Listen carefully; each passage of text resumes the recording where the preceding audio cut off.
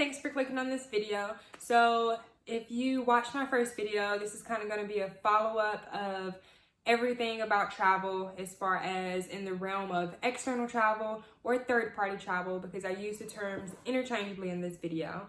If you didn't watch the first video and you don't know about me, then I am an internal traveler. I work full-time for a company where they in-house all of their travel assignments, but I wanted to go into third-party travel and go everywhere in the country before I got into this role. So I have done a lot of research about it.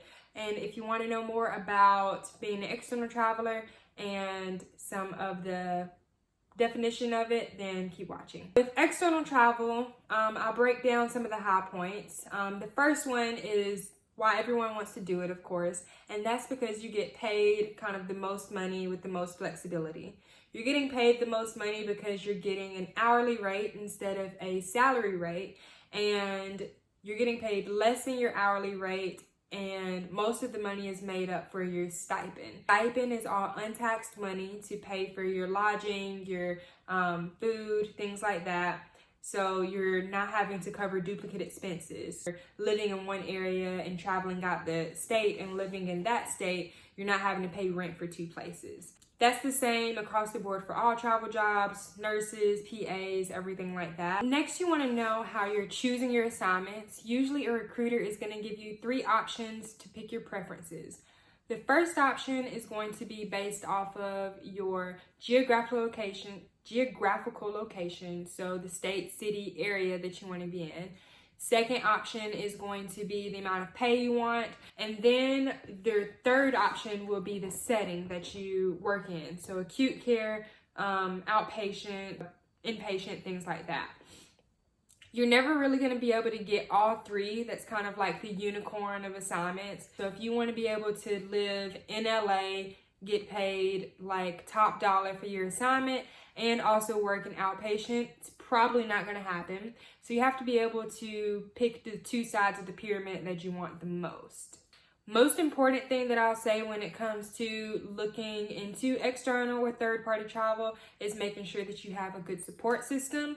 So that's finding a really good recruiter, a company that you find like value in and that you want to work with. Because when you're out in the setting, the assignment, everything by yourself, you're not going to have the support of like your family there or your mentors, and you want to have a really good lifeline. Your recruiter is going to be your lifeline. I was looking for recruiters that were reachable, that were personable, friendly, that I knew that I can depend on and trust. So you would probably want to start your search there doing the same thing. A lot of people ask me like, how soon should I start looking into travel? I started the 2nd year of PT school, and I just started that with like more so networking and getting to know who I like. I found that if I was on that 2nd year of PT school, still on the front end of like trying to get into the workforce, and they didn't want to talk to me, I found it like a little off-putting, and I was like, okay, they're just looking at me like a dollar amount to when they can get their turn in profit. And I usually leaned more to the people that were there for answering any questions, everything that I had. A couple of things to also remember with external travel is that you're not a full-time employee. Since you're getting paid the hourly rate, you're not getting any paid time off, things like that. So the time off that you have between assignments is all yours, and you can do it whatever you want. So a lot of people love that flexibility. So I'll just kind of leave it at that for this video. For the next video, I'll kind of compare and contrast internal versus external travel.